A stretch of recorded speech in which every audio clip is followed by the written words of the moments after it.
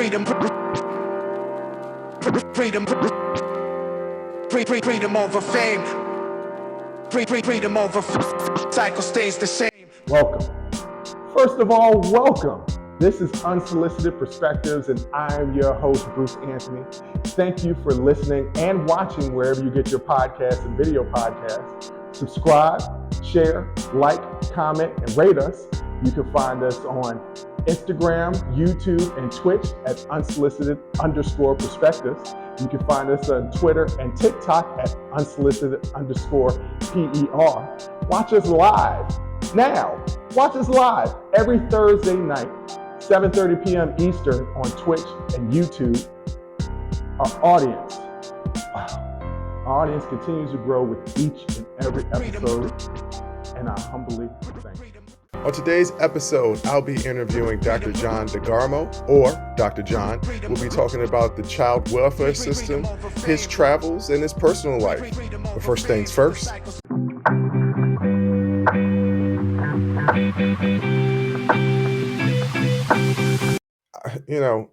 I think that I've done other shows talking about children, and with the mass shootings that's going on and the children in cages at the border, child trafficking, I really want to put and shine a light on how we and our decisions as adults are damaging generations that are coming up behind us, more specifically, the kids. I think all of us can remember back being a kid and just wanting to be safe. And I think as we get older, we lose sight of that. I saw a meme the other day that said, "You are now, as an adult, the person that you wish would have protected you as a kid, because you are now that safe space for yourself that would have protected you as a kid." I think that's important. I think parents want to protect their children. I think that we as a society, as a human race, but more specifically here in the United States, need to do a better job at really protecting our children. And by doing that and by saying that we want to protect our children, we need to really examine the institutions of which our children are living and trying to survive in. So I'm looking forward to interviewing Dr. John, as he is an expert in child welfare and the child welfare system. So he's going to give us some real insight about what's going on here in the U.S. And I'm looking forward to learning. So without further ado, let's get this show on the road.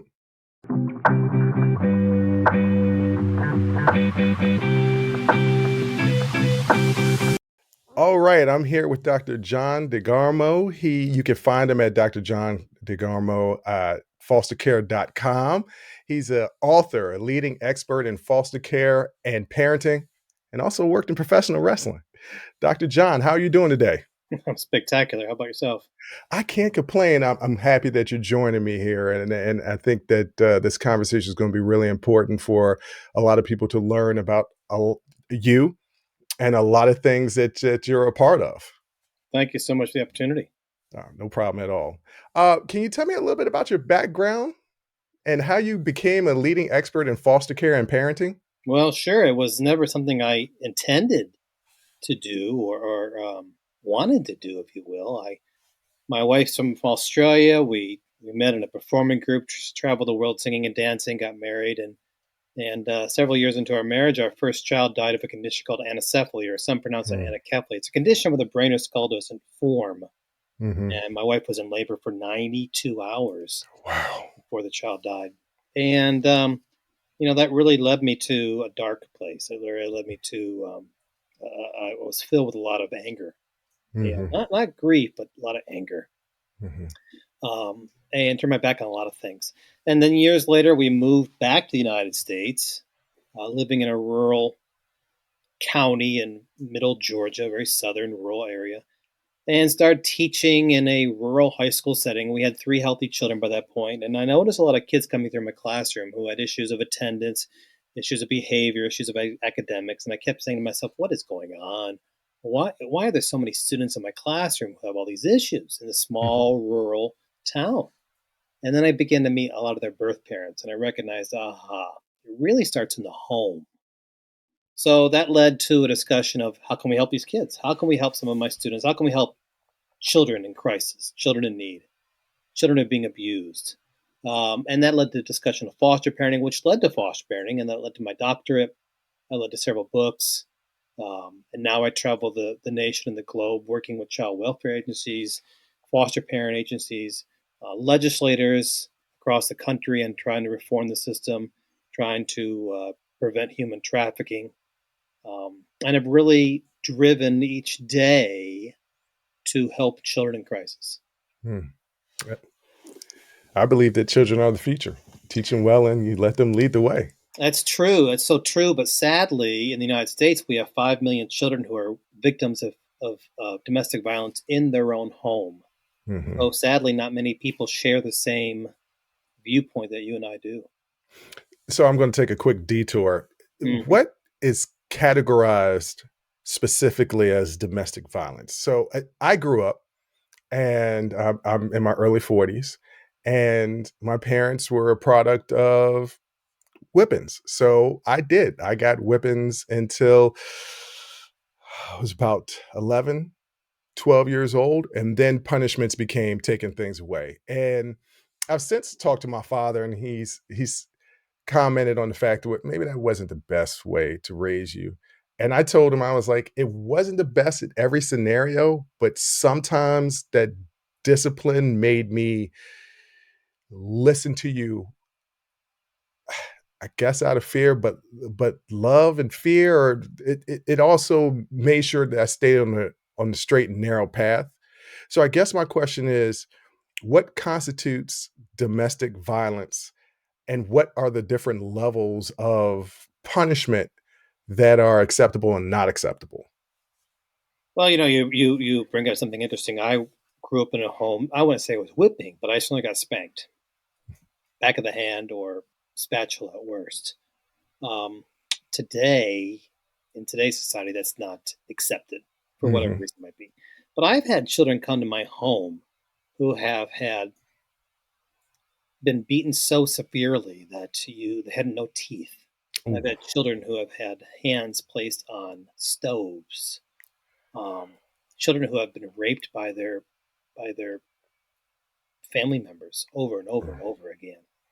Um, I've had children who have seen their mothers beaten severely and maybe even to death. And that's where we're seeing so many children in today's society coming from. Mm. We're seeing the breakdown of families, breakdown of values and morals that family values that you and I grew up in. Those are deteriorating in our society. Um, it's a rough time for children. You can also look at what's happened post COVID. We're seeing an increase in teenage suicide, up 70%. Teenage suicide attempts up 70% since 2020. So our children really are under attack in so many different ways. Hmm. Um, eh, I know that's just hearing you say that tugs at my heartstrings of what these kids having to go through. Obviously, my parents never did anything quite to that extreme. Like when I say whoopings, like might have a belt every now and then, a couple of lashes, but it was never any part where there was any bruises or blood.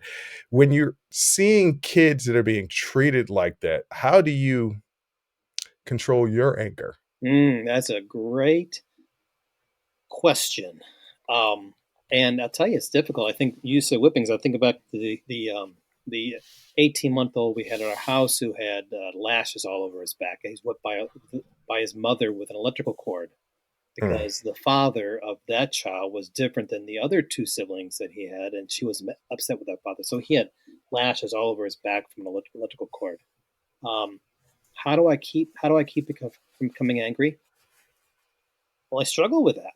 As a mhm. human being, I get upset that these crimes have been committed against these children. As a person of faith, I have to remind myself, well, my sins are no bigger than theirs. God loves them just as much as He loves me. These children, these parents are children of God. They're most likely coming from the same type of environment. It's generational for so many kids. But I struggle. I used to really struggle mightily when I first became a foster parent, and now I recognize so many of the parents of these children are coming from an environment where they were abused as well. I think back to two kids that are third generation foster care. Their parents and grandparents were also in the system, and their birth mother was prostituted out by age 9 by her Mm, father. There's no way in the world she is capable of being a strong, positive, healthy parent or mother when she never had that in her life, and she's still suffering from her own trauma in her mhm. life. So sometimes I need to remember that. But there have been times where I have been angry. Yeah. How could you do this to a child? I think back to the 4-year old girl, 2-year-old girl, 1-year-old boy who had all been raped by their grandfather over and over again. Jeez. And I think, how can you do this? How can people do this to children? Um, so I struggle with that from time to time. Sure. Yeah. Um, well, to kind of get back into your professional life, you've written several books on fostering and adoption.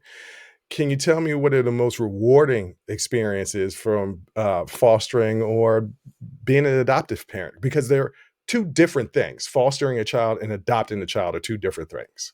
That's right. That's right. I've been a foster parent myself to over 60 plus children over the years, and we've adopted 3. Mm, And adoption happens, just to clarify, adoption happens. So the parent, the biological parent, when the child is placed in the foster care system, the biological parent has a certain amount of time, a time frame, if you will, in order to maybe go to some parenting classes, get a stable job, show some stability, get help, basically. mhm, And if they're unable to do so in that time frame, and many times it's extended, but if they're unable to do so, then it's known as termination of parental rights, TPR. And then if that happens, then the adoption usually goes towards a birth parent, or sorry, biological relative, maybe a grandparent or an aunt or uncle. And if one is not found, then the adoption usually goes towards the foster parents, like myself. mhm, Um, but some of the happiest moments. Well, I mentioned that 4-year-old girl who was raped so severely. When she came to our house, she could not say a single word. She just grunted and went to show us that she was hungry. Watching her learn how to smile, watching her mm, learn how to laugh for the very first time, so rewarding. Watching children learn how to trust that an mm, adult is not going to hurt them, rewarding. Watching children learn how to play, so rewarding. As an adoptive parent, there's no difference. There's no label. I don't have a label in my house. There's no biological. There's no adoptive. There's no foster. They're all my children. Um, if you look at my family, you're going to see many different colors. We don't have black or white in our house. We're all the same color, just different shades of God's skin. Because I don't like labels on kids, because then that puts them in the categories. So um, when it comes to adopting my children, I don't really see I don't see a difference between my adoptive and biological children. They're my kids, but I will say that the process of adopting them was mhm, incredibly emotional. Joining my family, I believe that every child in foster care needs 3 things: stability. So they need stability, they need structure, but what they need more than anything else is unconditional love. They need us to love them with all of our hearts, so that when they leave for whatever reason, our hearts break, just break. mhm. And a lot of foster parents experience feelings of grief and loss, broken hearts, because it's like losing your own child. So when we adopted these children, they're forever with us. Mhm. Um, just a blessing. But let me tell you, there's hard moments too as a foster parent. Yeah, I was going to ask, I have several questions. Let's start with being an adoptive parent. So, when you're fostering, the parent has an opportunity to gain the legal rights of that child back, correct? So, when you've adopted them, however means it went, whether the parent lost their parental rights or parents just weren't around anymore. If the parents are still around, how do you deal with the kids possibly still wanting to have a relationship with the parents? And maybe the parents still want to be a part of their lives, but but recognizing that they can't take care of them. Like, how does that process work? Well, it all depends upon the situation, Hmm. because every situation is different. Every situation is unique. To begin with, my wife and I are going to ensure that our children are safe, Hmm. that they are in no way in harm's way. So, and when it comes regards to their biological family members, to begin with, there's no secrets. Well, they only have to do is to look in the mirror and say, "Hey, something's different about me than mommy and daddy. I look a little bit Hmm. different than them." So we never hid the fact that they're adopted. They all know that, and we celebrate Adoption Day every year. And um, but when it comes to that, it's really up to the well, our oldest one who's adopted. She is 15 now. It's up to her in regards to how much contact she wants to have with her biological mother. We Hmm. place it on her. We don't push it upon her. We don't force it upon her. We don't deny it from her either. Say, here it is. What are you comfortable with? Because then we don't want to create any anxiety. Hmm. The other two, their biological mother simply is not in the picture. But if she was, we would do the same thing. Again, Hmm. if it is healthy and safe. Hmm. So another thing that came up in what you were talking about is that you've fostered or adopted fostered. You've had so many kids in your life. They say they're your kids, 60.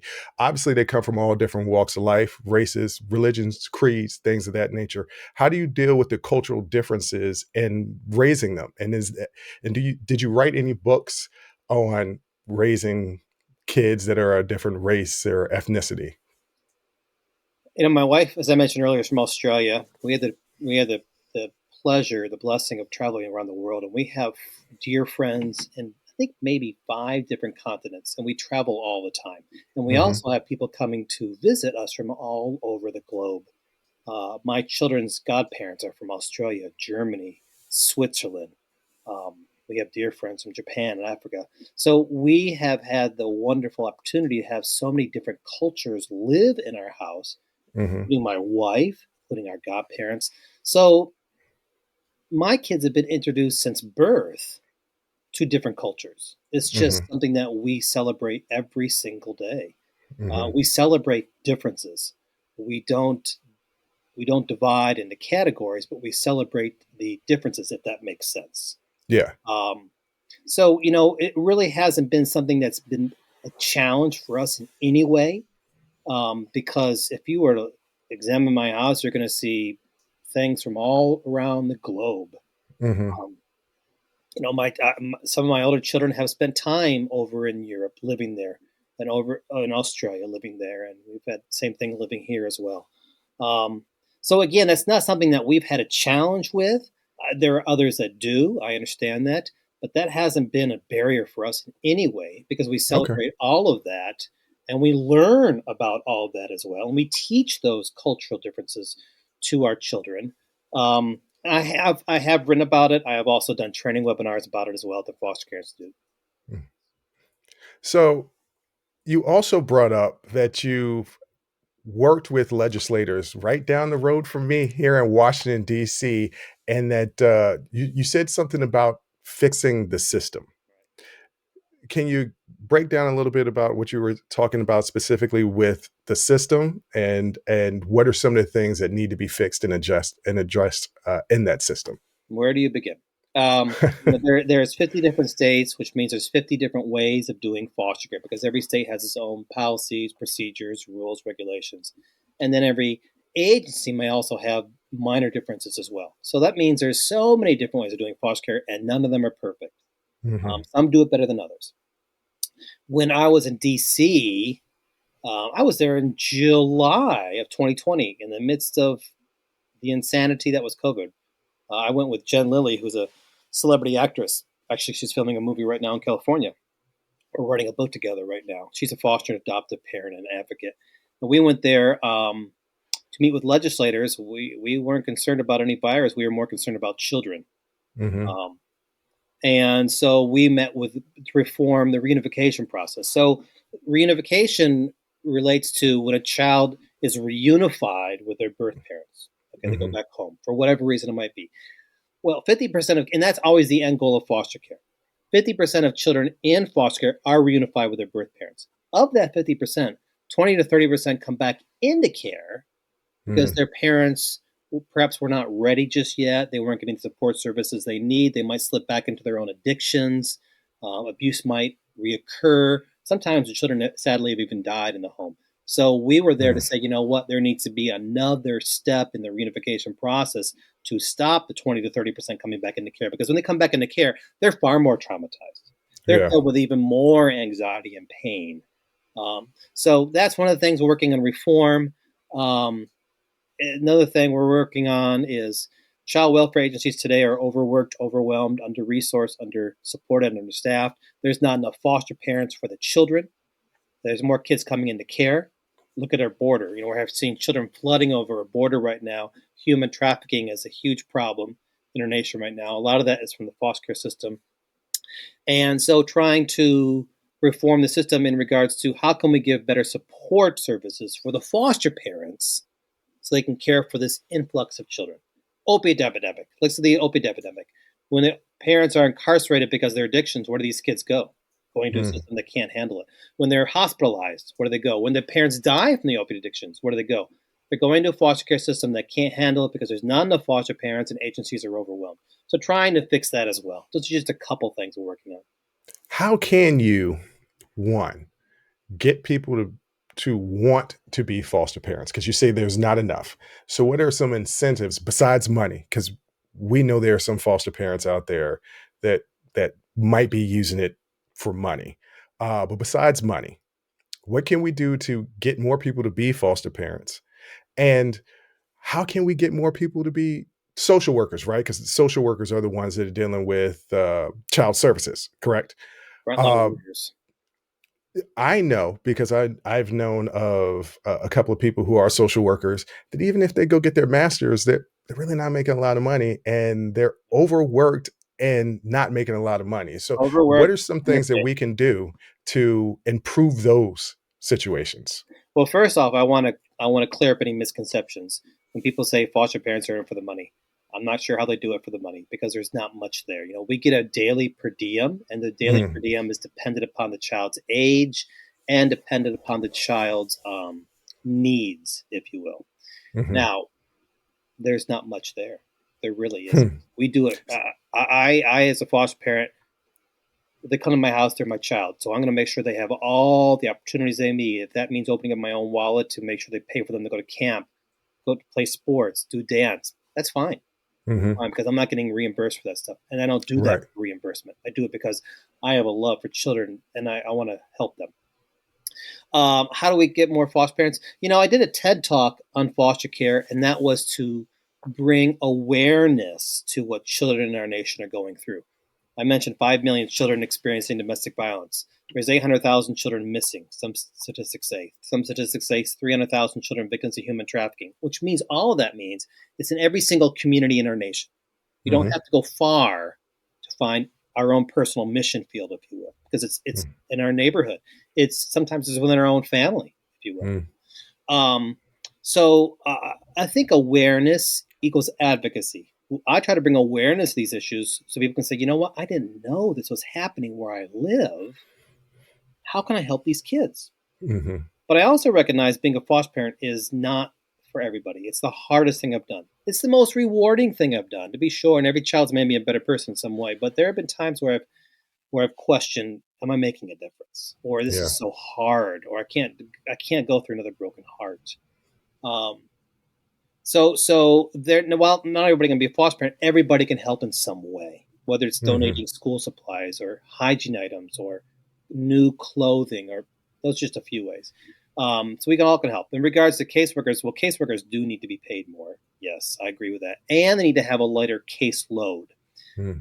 They're overworked, overwhelmed, undersupported, understaffed. So if we lower the ratio of foster parents to caseworkers, so caseworkers have less foster parents to work with, which means foster parents have more support services, that's going to go a long ways in helping.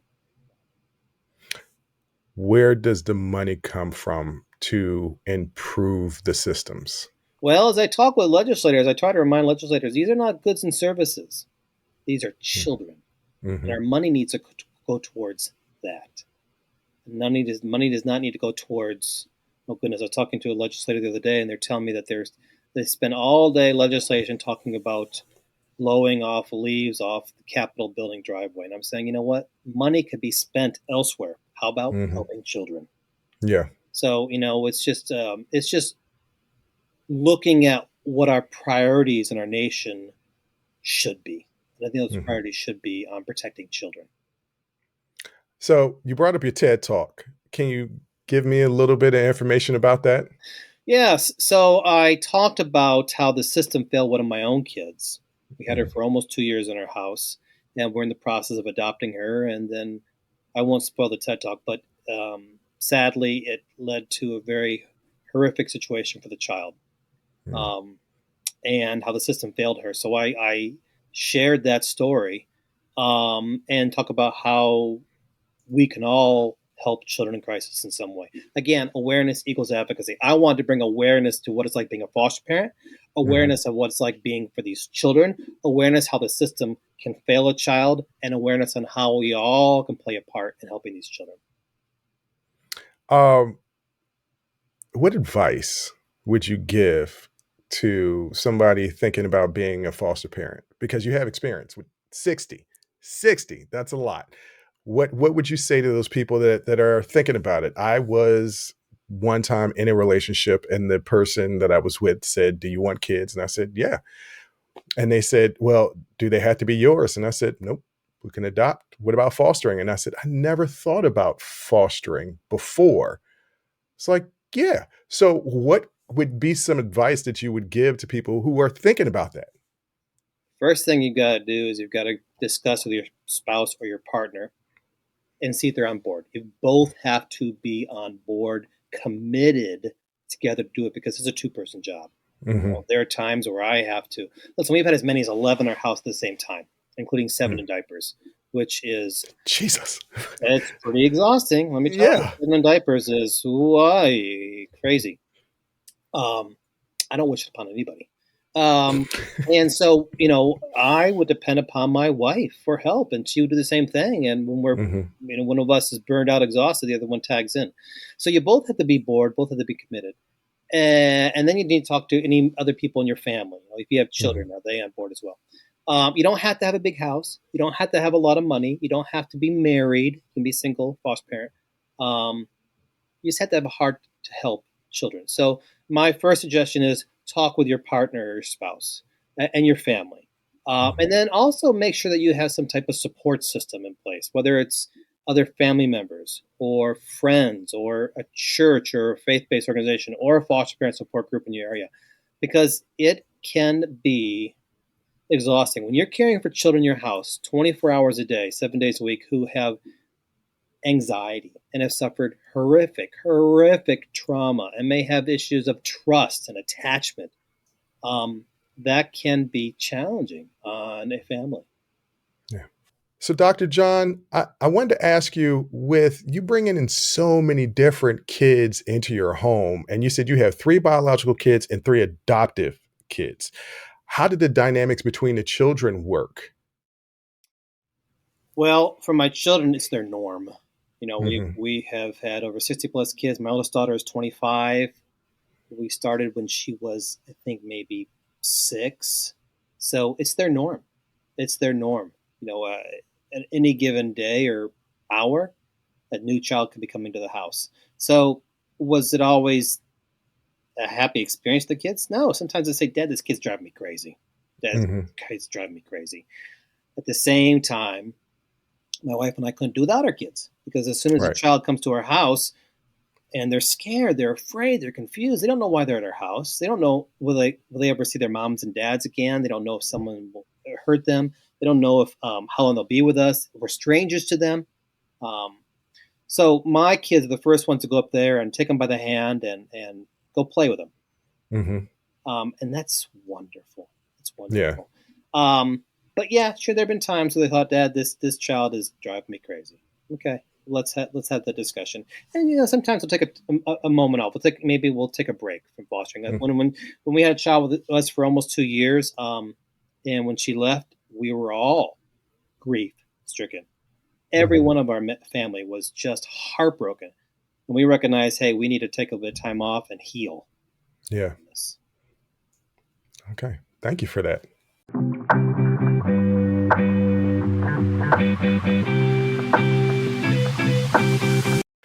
Now, Dr. John, you've been everywhere talking about what you do as far as being an advocate for foster care and running your organizations. You've been on CNN, you've been on Headline News, you've been on Good Morning America. You've even been on Wife Swap. Can you tell me what some memorable experiences you had of being on these programs?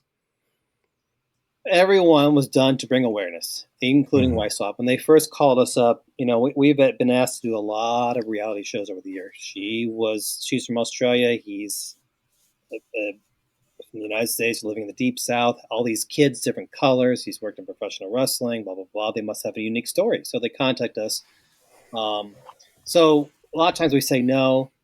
YSWAP called us up, and my first response was, "Are you kidding me? You should be ashamed. You should be ashamed of yourself. It's a terrible show." They said, "No, we're we want to bring public awareness to social issues." So my wife and I thought, well, if we can show foster care and adoption in a positive light, then we'll do it. And we did. It was something else. There's a clip on there about my wife and child that she was living with that speaks for itself, I think. So they're all done for awareness. I just did an interview with CNN in my house last week. Fox News was 2 weeks ago. Again, always trying to bring awareness to these issues because I might touch somebody who's thinking about, what? I didn't know I could help these kids, or I didn't know this was happening in my area. How can I help? How can I help? So they've all been positive experiences for the most part. For the most part. Okay. So has there been any negative experiences? YSWAP was interesting. and we're just going to leave it at that. Okay. I didn't want to go there. I wanted to save it to the end, but you just brought it up. Professional wrestling. Now, people that know me personally and people that have been paying attention to podcasts know that I'm a fan of professional wrestling. Some of them know that I used to run a little small promotion here in the Washington, D.C. area in the mid-2000s. But you also have a history in professional wrestling. Can you tell me a little bit about that? We moved back from Australia to Atlanta, Georgia in 1997 for me to chase after what that time was, I thought, my dream job. Little did I know. And that was professional wrestling. And I traveled the southern part of the United States as a manager of the bad guys. I was the professor. Okay. I had a dictionary held out where I'd keep brass knuckles or powder or chain, and I would, help the bad guy cheat. Who knew it would lead to foster parenting? I did it for a number of years, but then I'll be honest, as my faith began to grow, and as the wrestling system started to change, in the late 90s, early 2000s, it wasn't what it was when I grew up in the 70s and 80s. My faith grew, my family grew, the industry was changing, and I recognized, I've had my run. This was it, and I stopped. And shortly after that, I felt called to become a foster parent. It was an interesting journey, interesting path. It was fun. I had fun doing it. I was on the road 5 days a week. It was fun. So how often does that come up in conversation with your foster kids? Oh, with the kids, not that often. Most of them don't know. Okay. Most of them don't know because it's not something good. My wife hates it with a passion, but she thought, well, go do it. Get out of your system before you have a midlife crisis. And yeah, there was a discussion. It doesn't. There was a shift. There was a strong shift in the material in the late 90s and early 2000s where it got more raunchy. Yeah. Extreme. Yes. And extreme and raunchy. And that was probably a tough time to bring kids to wrestling. By that time, I was in high school, college, so that all that stuff appealed to me because that was a demographic. But at the heart of it, wrestling has always been for the kids. Uh, so yeah, I could understand why that material would not be appealing to you, especially when your faith is starting to get stronger. Uh, but not only have you been a professional wrestler, you lived in a variety of different places. Can you tell me a little bit about? Okay, I don't want to get too personal, but your wife is from Australia. Did you meet her in Australia? Arizona. Okay, that's an interesting story. How did that even come about? We traveled the world in a performing group called Up With People. In the 70s and 80s, they were huge. Actually, they did 4 Super Bowl halftime shows in the 80s, maybe even the 90s. I don't recall if they did the 90s or not. No, not in the 90s, but 80s, 70s and 80s. They did 4 Super Bowl halftime shows. Okay. And so we met in that group. There were 120 of us from 27 countries traveling around the globe for a year, different city, different state, different country every second day, um, putting on a 2-hour song and dance show and doing a lot of community service. Hmm. And in my cast, there are people from all continents, all languages, and that's how we met. That's how we met. And so you lived on a tropical island? We did. We did. Great Barrier, right off the Great Barrier Reef for a year. And did that all come about with the group? Obviously, you travel to so many different places because of the group. Is that also when you said that your kids are exposed to a lot of people from different cultures and a lot of people from different countries come to visit you? Or were they friends that you Yes. met during the group? Okay. Yes. Yes. Yes. Um, Dr. John, that's pretty interesting there. I mean, obviously, I have you on here to talk about your work in the foster care system and the books that you've written. But you've also got this whole other side of your life that's dealing in entertainment. That's really cool. Well, it's so when I'm speaking on stage for 5, 6, 7 hours, sometimes, some days, um, I'm sharing stories, and I'm. It's a form of entertainment, if you will, in that I'm trying to keep the audience interested and inspired and motivated. And that's what any good professional speaker does, is they're keeping their audience entertained, if you will. Now, some of the Mhm. stories I share are not always happy stories. Sometimes they're Yeah. sad stories. Um, Sometimes they're horrific stories, but I think they're stories that need to be heard, because Mhm. so many times we talk. Well, look at human trafficking. It's a global business, huge money making business, including here in the United States. 300,000 children are victims of human trafficking in our nation. It's something that we don't want to discuss as a nation because it makes us feel uncomfortable. I call human trafficking America's ugly secret. We don't want to talk Mm. about it. It makes us feel uncomfortable, so we ignore it. Talk about something else instead. I'm going to talk about these issues with you because we need to talk about this because it's happening now. Yeah. As we're having this conversation, there's a child in your neighborhood or in your county, and a child in my county who's being abused. So Yeah. we need to bring awareness to these issues. Um, but yeah, I've had an interesting life. Sure, I've been blessed. The living on the island for a year was glorious. Now we did it. We did it because our first child had died, and Mhm. we both were in jobs that we did not enjoy whatsoever. Um, and we thought, well, how can we escape this grief, Yeah. if you will? So we left society and lived on an island for a year, and it was nice. There are days when I think I wish I was back Mm. Um, Not only have you done Good Morning America, Headline News, CNN, Fox, you also had your own radio program, Parent Factors. Can you tell me a little bit about that and what were some of the messages that you were trying to get across and convey to your audience on that program? Sure, I was a DJ for 4 different radio stations in both in Australia and the United States, and I really enjoyed that. So I was approached to do my own podcast, and it was called Parent Factors with Dr. John.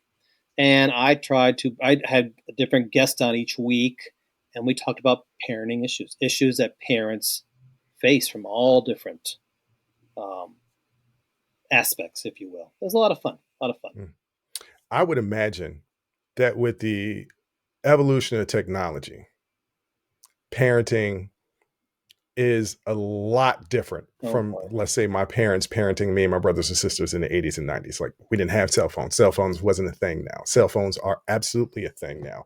And kids are getting cell phones younger and younger. And one of the things I said in one of my previous interviews with another foster care advocate was um, the accessibility of porn at such a young age, I feel, is corrupting a young person's mind. Oh yes. There was a joke on Instagram the other day about this young kid that was on an island, not an island, but in a remote area. And these teenagers run up to him because they're lost and they're said, "Hey, we need to borrow that car. Can you give us the keys?" And the kid slyly was saying, "Yeah, I can give you the keys if," and the girls say, "Well, we're not going to show you our boobs." And he was like, "What, are you kidding me? Am I 10? I saw that when I was 10. I'm 12 now. I want to see something else." And that's real. That's a realistic thing. So what advice, because I have a lot of young parents who are listening, what advice would you give to young parents that have to deal with that have to deal with technology and the accessibility of things that they might not be ready to talk about with their kids, but it's been exposed to their kids, so they might have to have that conversation? I wrote a book called Helping Foster Children. I'm sorry, Keeping Foster Children Safe Online, and it's for any Mhm, parent, not just a foster parent, for any parent. You know, you and I live in an online world. Our children inhabit it. There's a difference there. They inhabit it, mm, um, and there's a lot of good with online technology and social media, and there is probably even more that's bad with online technology and social media. And it's not going to go away. The first thing I tell parents is you have to be diligent on a day-to-day basis on trying to keep your child safe with social media and online technology. Um, and a lot of parents will say, "Well, you know what? I don't want to invade their privacy." I say, "You know what? You're not invading their privacy. You're protecting the child. mhm, You're not going to do it. Then who is?" There's right. so much out there. There's so much out there that is so harmful for children. I think we just have to turn on the TV every single day and look at what's happening to children. You know, there is so much destruction, violence, disrespect, suicides.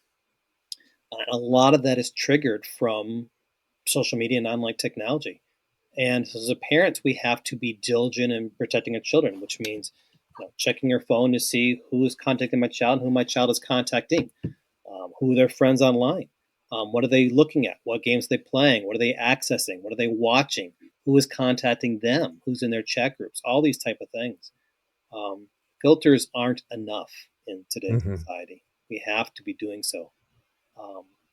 Because if we're not going to do so, then somebody's going to be contacting these children. And when it comes to children in foster care, they're the most vulnerable children, and sexual predators reach out to these children all the time because, again, they are vulnerable and they mhm, want to believe that someone loves them.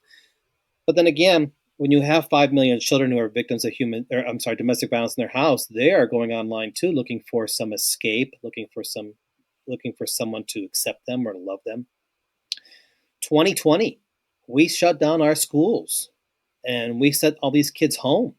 And what were they doing? Well, they weren't doing their schoolwork online. They were going online, accessing a lot of stuff that was inappropriate or dangerous to them.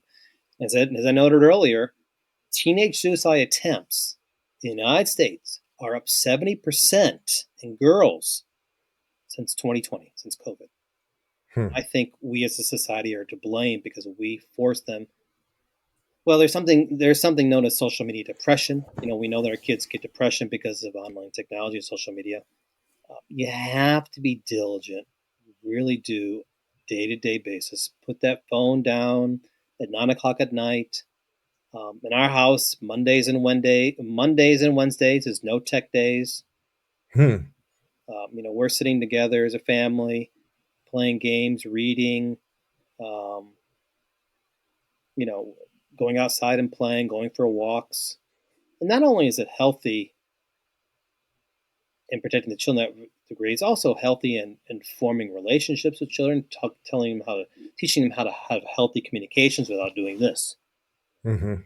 Um, So there are so many ways that we can protect our children, but then again, so many people don't want to accept that this is a problem either. Well, yeah. You make a very valid point. To finish it off here, you've had numerous awards, recognition for your work in foster care and child welfare. What are some of your proudest moments in your career? And what do you hope to achieve in the future? I know we touched a little bit about your work in legislation, but what are some of the other things that you hope to achieve in your future and some things that you're really proud of? I'm proud of being able to be a father or father figure to 60 plus children. I'm proud that my own children want to help others. Hmm. My 6 kids may never be foster parents, but I firmly believe they're going to want to help others in some way. Mhm. I'm proud of that fact. I'm proud that my kids are quick to stand up for bullying and to help others. I'm proud that they're the ones who step up and will say, I'll help. Um, I'm proud that my kids um, don't see. Well, let me rephrase it. I think all of my kids are so despondent and upset by anything that's racist. Hmm. Um, because again, look at my family. We're all different colors, but we're one family. And that's the look of love. I think our family is a look of love. It's not a look of this child's this race, this child's this race, this child's this race. No, we're a family that's united in love. So I'm proud of those things. Sure, the accolades are nice to be sure. Good Morning America, we went on a Disney cruise as winners of the Ultimate Heroes Award. Those things were nice. Um, but I'm proud of what my family stands for. What do I hope to do in the future? Bring more awareness, Mhm. reform the foster care system, um, maybe lower some of these horrible statistics that children are experiencing today. Um, yeah, that's what I hope to accomplish, and maybe actually get Washington D.C. to do some reform. The wheels of progress when it comes to legislators is very slow, Yes, and I it tell them, is. we can't be slow on this because there's a sense of urgency because Mhm. there's a child in crisis right now. Yeah. We can't wait. Can you give my audience some more information on where your books, where they can find more information about you, where they can find more information where they can help?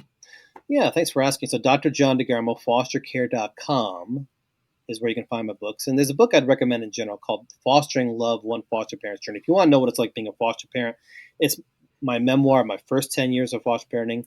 There's lots of emotion, lots of funny stories, lots of sad stories, but it gives, I think, a true insight into what it's like caring for these kids. You just search for the Foster Care Institute online. Follow me on Facebook and Twitter and LinkedIn, Dr. John DeGarmo. They're all there. All right. Dr. John, I want to thank you once again for coming and joining us and giving us good information, helping us learn about foster care, children, and also your professional wrestling career. Thank you. Thank you so much for the opportunity. No problem at all.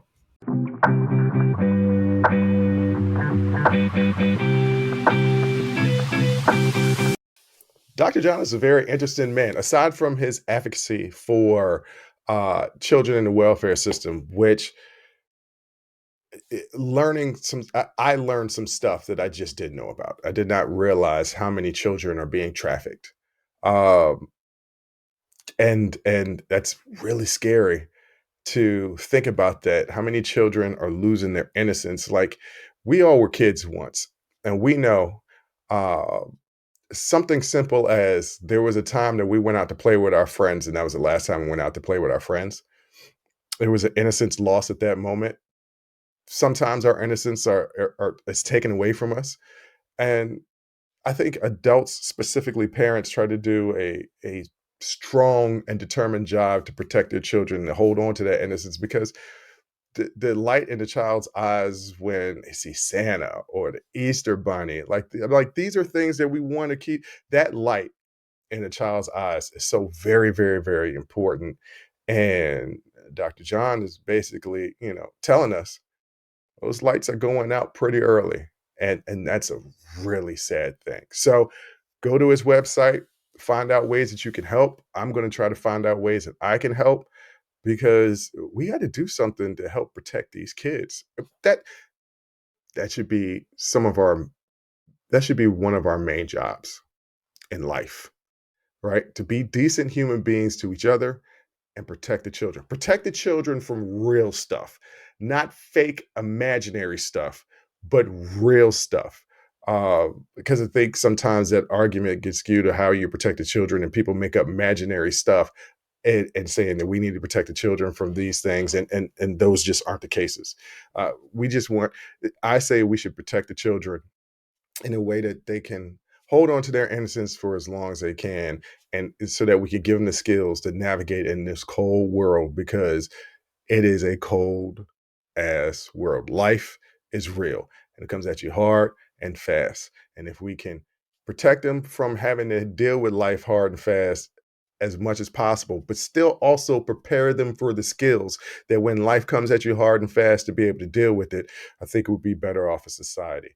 But on that note, I hope you guys enjoyed the interview. Don't forget that there are episodes of all of our interviews, all of our happy hours with my sister on youtube.com/unsolicited perspectives.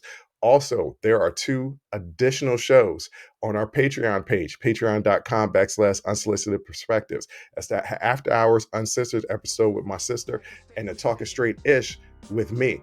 Those are shows that you can only get on Patreon. There's so much content on Patreon. It's only $5 a month. Once again, it's patreon.com/unsolicited perspectives. Share with all your friends our YouTube, the audio podcast. We're growing. I'm not satisfied. I want to get to more ears and eyeballs as possible, because I believe that we're doing good work here and we're getting out good messages. But until next time, I'll holla. Thank you for listening to Unsolicited Perspectives with Bruce Anthony. Please subscribe, like, comment, share, and donate. Donations help us keep giving you this free content each and every week. Until next time, howdy 5,000. Peace. Freedom over fame. Freedom over fame. The cycle stays the same. Freedom over fame. Freedom.